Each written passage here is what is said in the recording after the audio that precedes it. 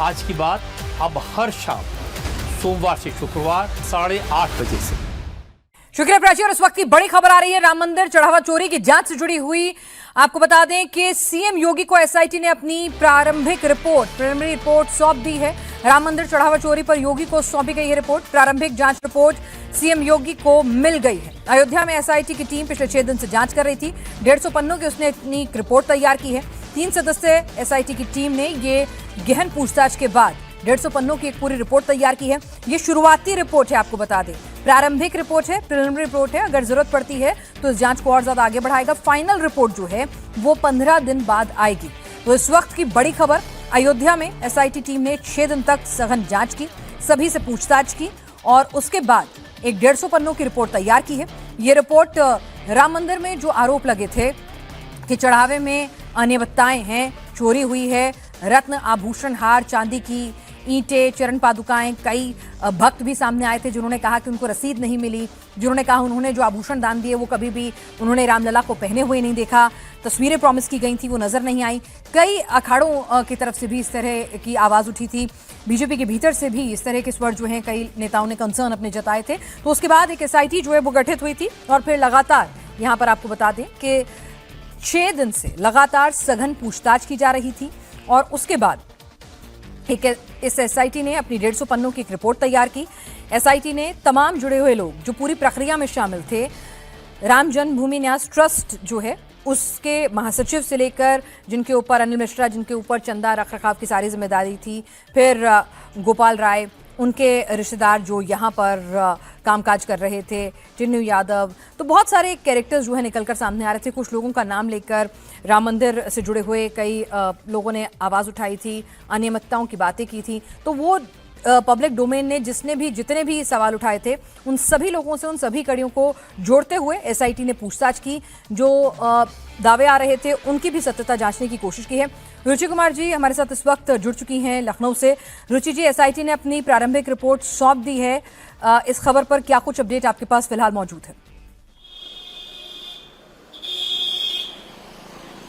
जो प्रारंभिक रिपोर्ट है, जो पूरे चढ़ावे की जांच करने के लिए एसआईटी पहुंची थी, प्रारंभिक रिपोर्ट में कुछ लोगों को दोषी बताया गया है। हालांकि जो ट्रस्ट के सीनियर लोग हैं उनका नाम नहीं है, ऐसा सोर्स बता रहे हैं, लेकिन कई लोग हैं जो दोषी पाए गए हैं। ये भी कहा गया है कि उनके खिलाफ मुकदमा हो और जो जिस तरह से ट्रस्ट में जो चढ़ावा आ रहा है उसकी काउंटिंग हो रही है, जो वहाँ का पूरा सिस्टम है, जो सीसीटीवी 45 दिनों में डिलीट हो जाते हैं, उसकी फुटेज कोई रिकॉर्ड नहीं रहता, या जिस तरह से पैसा निकाला जा रहा है दान पात्रों से और कलेक्शन सेंटर में जिस तरह से उसकी गिनती हो रही है, जो लोग जाते हैं वहाँ उनकी तलाशी नहीं होती ठीक से, ना जाने के टाइम ना निकलने के टाइम, वहाँ सीसीटीवी की जो शिकायतें हैं वो सारी चीज़ें इस रिपोर्ट में लिखी गई हैं और सुझाव भी ये दिए गए हैं कि क्या क्या चीज़ें वहाँ सही की जा सकती हैं।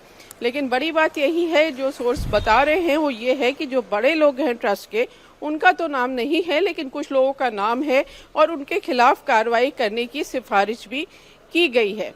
तो इसमें सिफारिश मतलब जो कार्रवाई है उसकी भी सिफारिश है और जो सुधार वहाँ हो सकता है वो भी है। हालांकि ये प्रारंभिक रिपोर्ट है, 15 दिन में एक फाइनल रिपोर्ट दी जाएगी और उसमें ज़्यादा डिटेल से चीज़ें होंगी। अब 6 दिन जो एसआईटी अयोध्या में रही है, करीब 60 घंटे मंदिर के अंदर 150 लोगों के आसपास पूछताछ हुई है, उसी के आधार पर ये प्रारंभिक रिपोर्ट तैयार की गई है। पिना रुचि जी, यानी एक चीज़ क्लियर है कि चंदा चढ़ावा जो है पूरा का पूरा राम मंदिर का जो दान था उसमें अनियमितताएं हैं, ये क्लियर हो गया, यानी कि चढ़ावे में गड़बड़ी, चढ़ावे की चोरी हुई है, ये क्लियर हो गया है।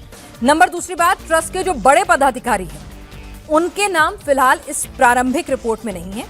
तीसरी बात, कुछ दोषियों पर जवाबदेही, जिम्मेदारी सीधे सीधे प्रथम दृष्टया नजर आ रही है और सिफारिश एसआईटी ने की है कि उनके खिलाफ मामला दर्ज हो। और चौथी बात कि प्रारंभिक जो रिपोर्ट है वहां पर जिस तरीके से एसओपीज होने चाहिए, जिस तरीके से एग्जीक्यूशन होना चाहिए, चंदा जो आ रहा है उसका स्टोरेज से लेकर, उसकी गिनती से लेकर, फिर उसके डिपॉजिशन से लेकर जो नियम कायदे कानून होने चाहिए, जो एसओपीज होने चाहिए, वो फॉलो नहीं हो रहे हैं, उस पर भी काम होना चाहिए। ये 4 बातें मुख्य तौर पर रुचि जी निकलकर सामने आ रही है। यानी कि एक चीज क्लियर है कि गड़बड़ी हुई है, चोरी हुई है, दोषी लोग हैं।